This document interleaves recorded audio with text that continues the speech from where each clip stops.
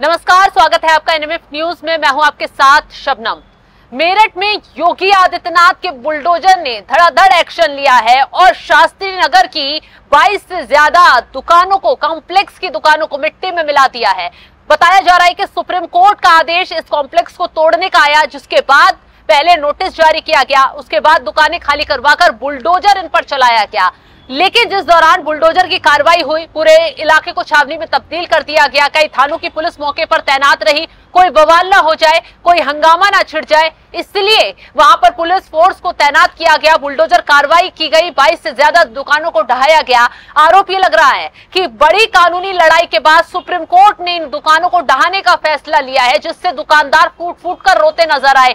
कई दुकानदारों का तो ये भी कहना है कि 35 सालों से ये कॉम्प्लेक्स बना हुआ था, लेकिन तब से अब तक कार्रवाई नहीं की गई, तो अचानक क्यों ये फैसला दिया गया, जिससे उनके रोजगार पर बड़ा फर्क पड़ा है। तो इसी पर चर्चा करेंगे और पूरी खबर जानेंगे। खबर को विस्तार से जानने के लिए मेरे साथ मेरे सहयोगी अभिषेक हैं। अभिषेक, पूरी खबर को पहले विस्तार से बताइए, आखिर क्यों सुप्रीम कोर्ट ने इस कॉम्प्लेक्स को तोड़ने का फैसला लिया?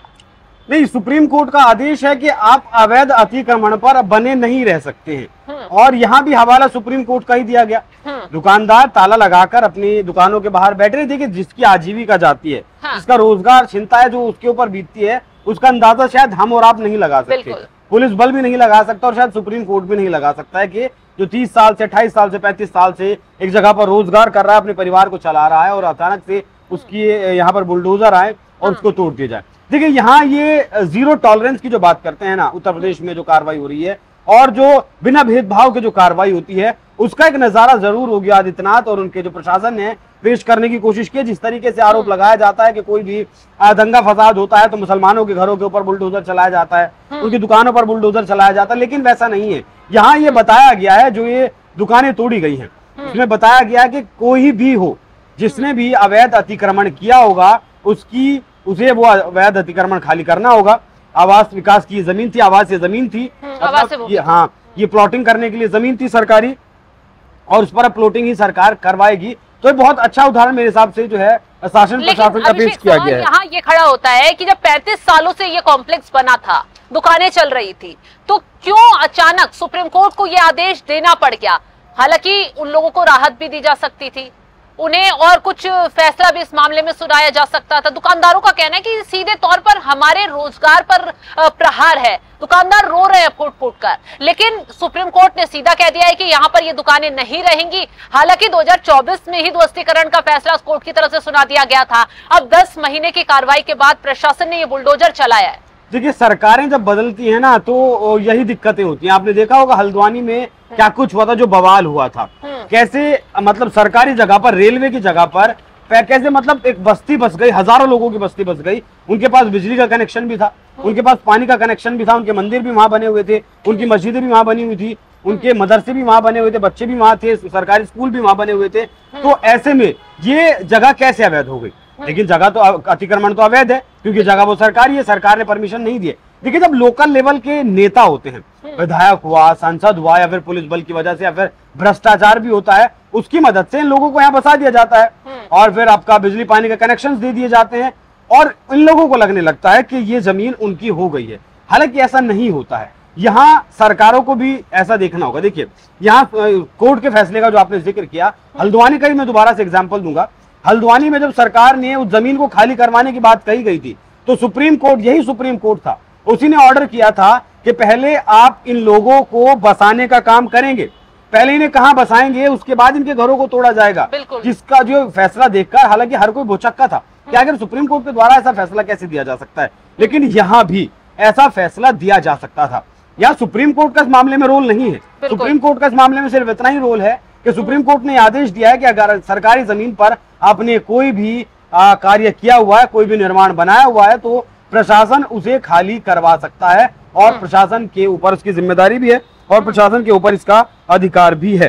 बिल्कुल अभिषेक, सुप्रीम कोर्ट का मामला इतना ही है। लेकिन जो आपने बात कही है कि कहीं और इन्हें जमीनें दी जा सकती थी, इन्हें कुछ मदद मुहैया करवाई जा सकती थी, कि जिससे कि इन दुकानों को या फिर कॉम्प्लेक्स को दोबारा से फिर से उसका विनिर्माण किया जा सकता था, लेकिन ऐसा कुछ नहीं हुआ इस फैसले में, और 22 दुकानों का जो कॉम्प्लेक्स था उसे ढहा दिया गया। 35 व्यापारी शायद यहाँ इनकी दुकानें थी। अच्छा, मेरठ का नाम वैसे भी चर्चाओं में रहता है जब भी योगी आदित्यनाथ कुछ करते हैं। जब एनकाउंटर अपराधियों के होते हैं, गुंडे माफियाओं के होते हैं, तो भी मेरठ जिला सबसे पहले निकल कर आता है कि जहां सबसे ज्यादा एनकाउंटर हुए हों उस जिले का नाम भी मेरठ ही निकल कर आता है। अभी जो कार्रवाई हुई ये भी मेरठ जिले में हुई। तो देखिए, निष्पक्ष कार्रवाई करने का एक बेहतरीन उदाहरण योगी आदित्यनाथ की सरकार ने पेश किया है। बाकी 2017 से ये काम चल रहा है, 2022 से लगभग बहुत कई हजार बीघा से अवैध अतिक्रमण को हटाया गया, कई हजारों अवैध निर्माणों को ध्वस्त किया गया है पिछले 8 साल में। पिछले 8 साल में 2017 से 2025 के बीच में,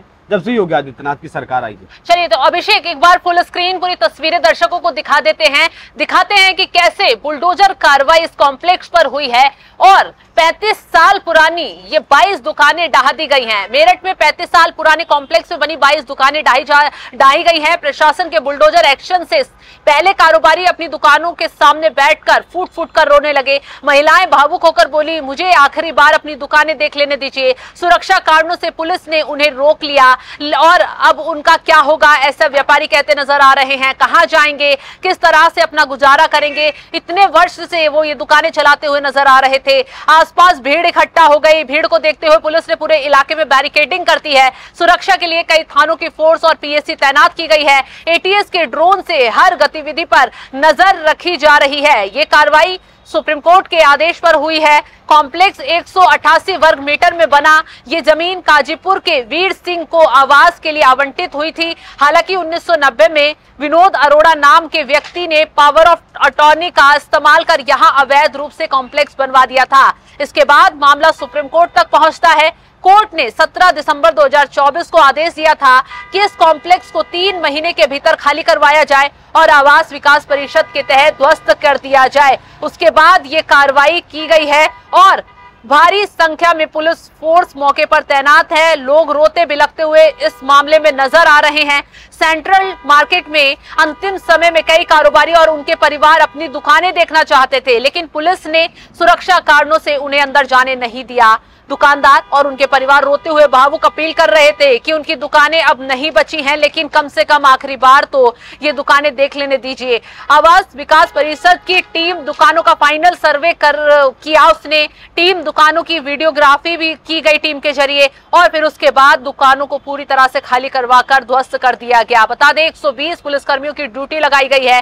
कार्रवाई का नेतृत्व एसडीएम सिटी ब्रजेश कुमार सिंह कर रहे हैं। उनके साथ इसमें एसीएम भी मौजूद हैं। पुलिस अफसरों की बात करें तो एसपी सिटी के अलावा सीओ भी मौजूद है और भारी पुलिस बल के साथ ये कार्रवाई हो रही है। पुलिस लगातार अनाउंस कर रही है आसपास के लोग दूरी बनाए रखें। कई लोग आसपास की छतों से खड़े होकर कार्रवाई को देखने की कोशिश कर रहे हैं, लेकिन पुलिस फोर्स ने पूरे इलाके को कंट्रोल कर लिया है। लोगों की वहां आवाजाही बंद कर दी गई है, बैरिकेड लगा दिए गए हैं, क्योंकि मामले में हंगामा होने के आसार नजर आ रहे थे।